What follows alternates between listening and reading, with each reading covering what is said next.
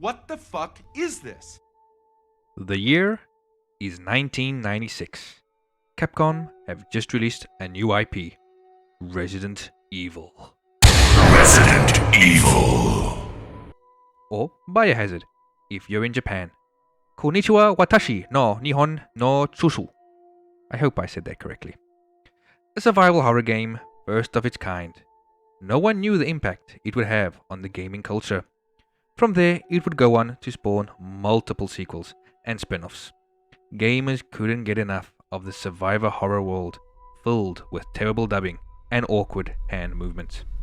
Suffice to say that these games became overwhelmingly popular, with such loved characters like Jill, Chris, Claire, and Leon, to name a few, and iconic villains like the sunglasses wearing Albert Wesker. Name drop these characters in any gamer conversation, and watch how the eyes of the group light up, and the conversation sways to people talking about that first zombie encounter in the first game, to the cutscene of the liquor in the second, to even the first time Nemesis chased you through the police station, and the complete terror you felt when you saw that he could open doors. These are moments that have marked our gaming years and are rightly cherished.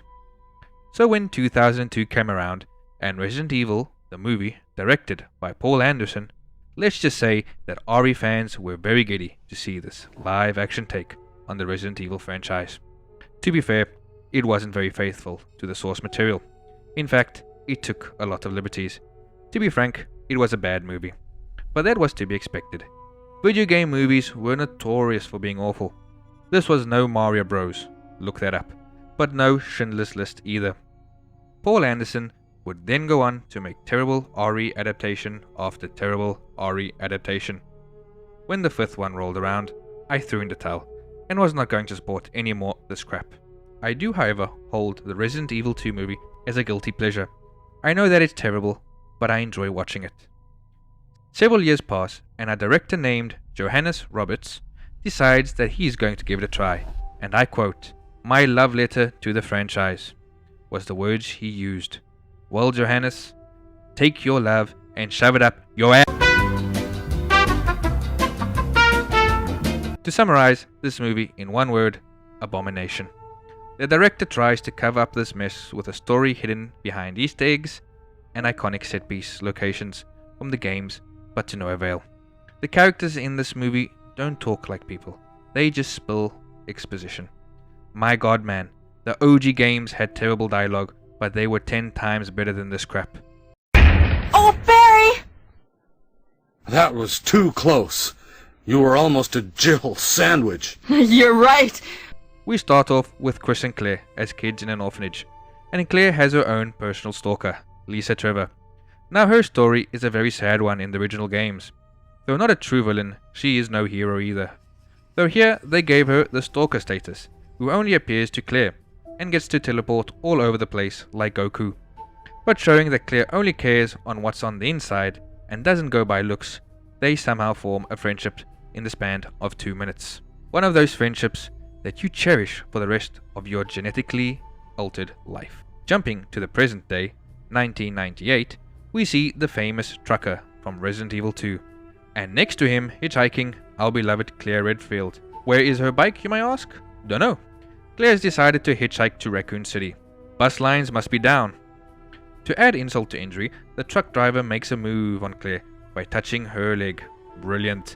So as we expect, while he's being a sleazeball, he hits a woman. So both get out, and of course the truck driver is freaking out, while Claire is like, "Yo, she dead. We better call the police, bro." All while having her back to the zombie.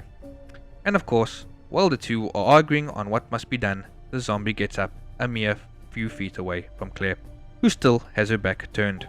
Now in any zombie movie, this would mean instant death. Zombies want human flesh. There is a human in front of me, so I eat human. But no, the zombie decides to keep going on its nightly stroll in heavy rain and leave our protagonist alone. This, kids, is what we call plot armor, and is a sign of lazy writing. Well, that's just lazy writing. So how does the truck driver get bitten? His dog jumps out and licks the blood of the zombie. All very rational. So from there, we move to the bar scene, where we will find Leon, who is sleeping on the counter. Wesker, Jill, and some other dude, don't know, don't care. I'm here to tell you right now, we don't care. All of them are terribly miscast. And this is where the director's comments of his love letter to the franchise is bullshit. Leon looks nothing like Leon. I thought this dude was Carlos when I saw him on the posters. Even worse, he is a bumbling fool and incompetent. The disrespect here is something I cannot let slide. Leon is one of the most loved characters in this franchise, and to do this to him is a misservice to his character and a big fuck you to the fans out there. How did Capcom greenlight this shit? Wesker is a ladies' man, an all-around nice guy. What? Jill, who has googly eyes for Wesker and falls over just to be at his side. Excuse me? Not to mention, she gives off a very trigger-happy vibe. Is this the Japanese version of the game that you're adapting? What the fuck is going on? Going back to Leon, this dude is a laughingstock, a joke.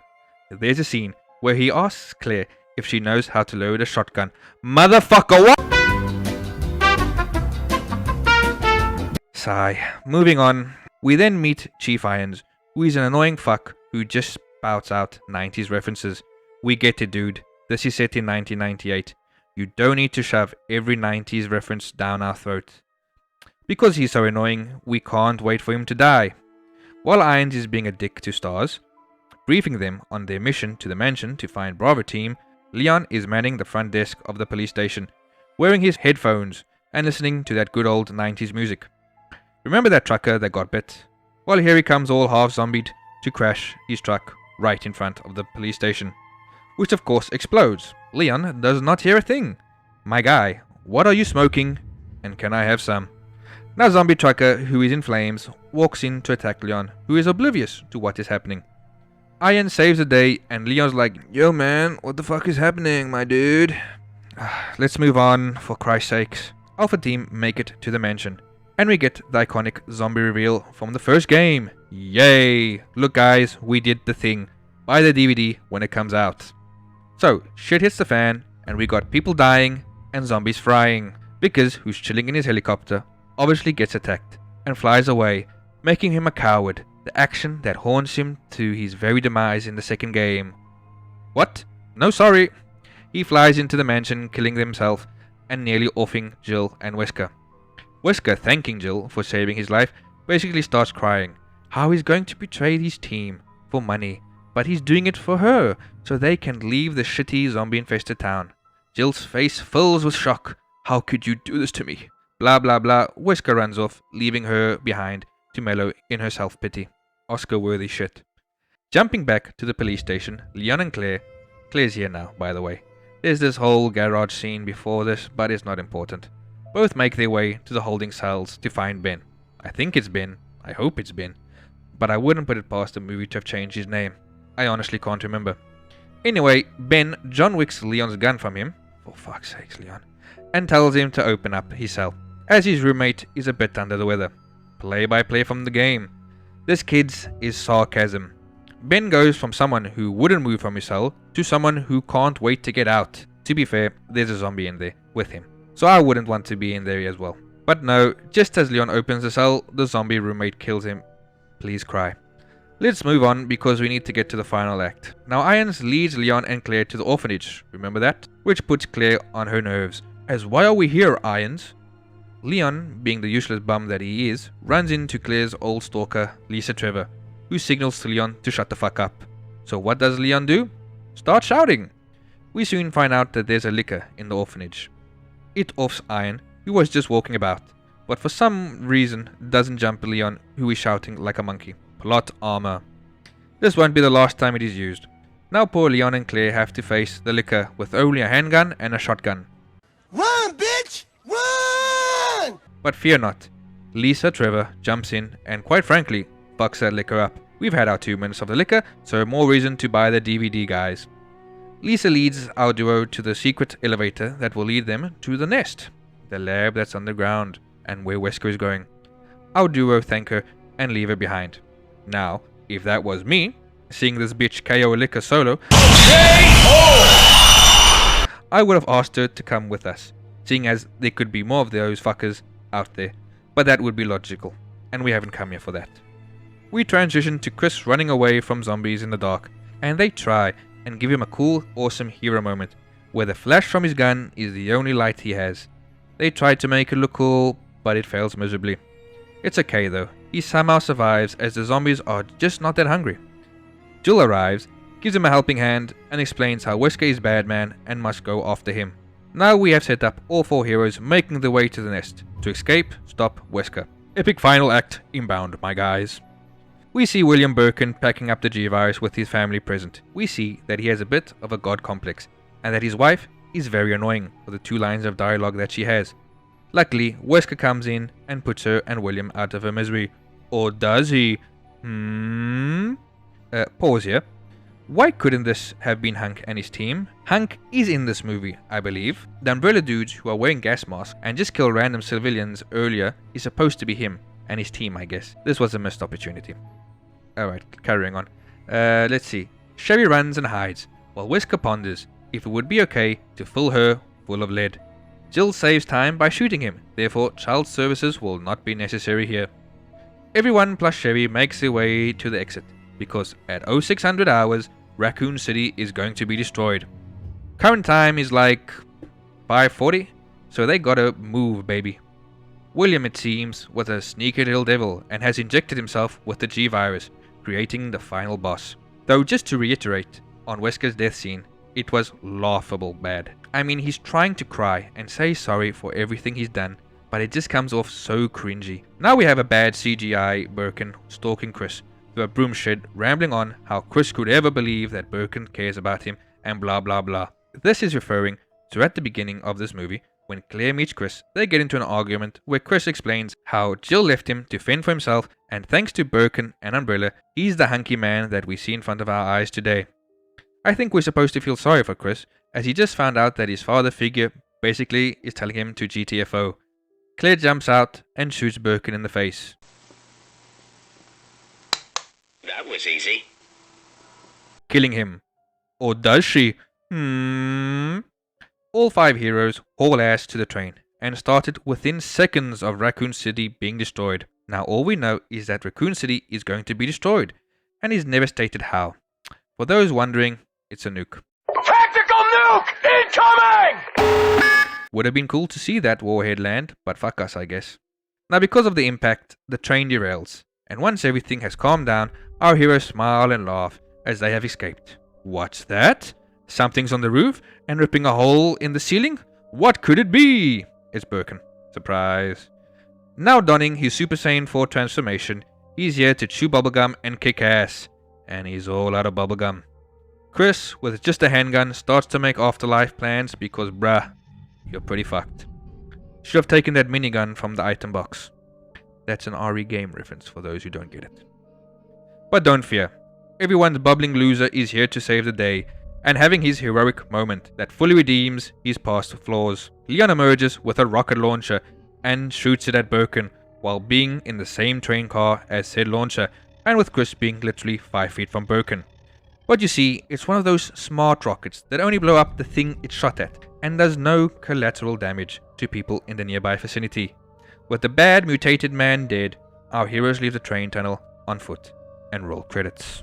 But Resident Evil does a Marvel MCU on us and has the balls to include a post-credit scene where we see that Wesker is alive. How? God knows. He somehow has been brought back from the dead, and Ada Wong is there, and this is basically setting up for a sequel. It's laughable that they think this is going to get greenlit.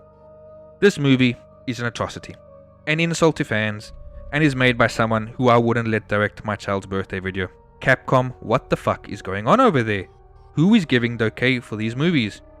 We have a movie that's trying to mash 2 stories in one when they should be separate.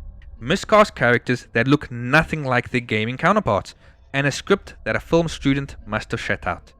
Notice how I hardly mention zombies in this review. That's because there's hardly any of them, save for a few scenes. Guess it wasn't in the budget. Is it that hard to make a decent Resident Evil movie? Look, I know that some things just don't translate well to the big screen, but this could have been planned so much better. If you put your mind to it, you can make a mini MCU type RE franchise. Make a decent Resident Evil movie, based faithfully on the first game. Then we move over to a faithful adaptation of the second game, where we see the aftermath of the first movie's disaster. We then move on to the third movie, which we make a prequel to the second. Just like in the games, we show how everything went to shit. We could make a fourth movie about Hank and his team, where we could see how they plan to infiltrate the nest and make their escape through the sewers of the city, finally showing how the G-Virus spread through the rats. It would make for a sweet heist movie. But alas, we're doomed to shit adaptations and half-effort scripts, and this is what pains me. With a little bit of love and affection, a good movie is possible. Like I said, plan this shit out.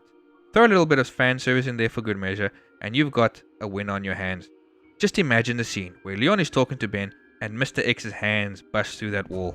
RE fans around the world would orgasm at once, and rightly so. You should not watch this movie. We shall never speak of it again, and it will go in the box of things that never happened, like Dino Crisis 3, Spider-Man 3 starring Tobey Maguire, and the moon landing. What did he say? Thanks for watching. I hope you enjoyed my ramblings of this god-awful film. Have you seen Resident Evil? Welcome to Raccoon City, and why?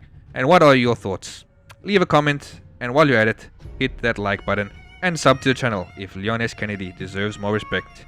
Catch you later, alligator. Well, that's just lazy writing.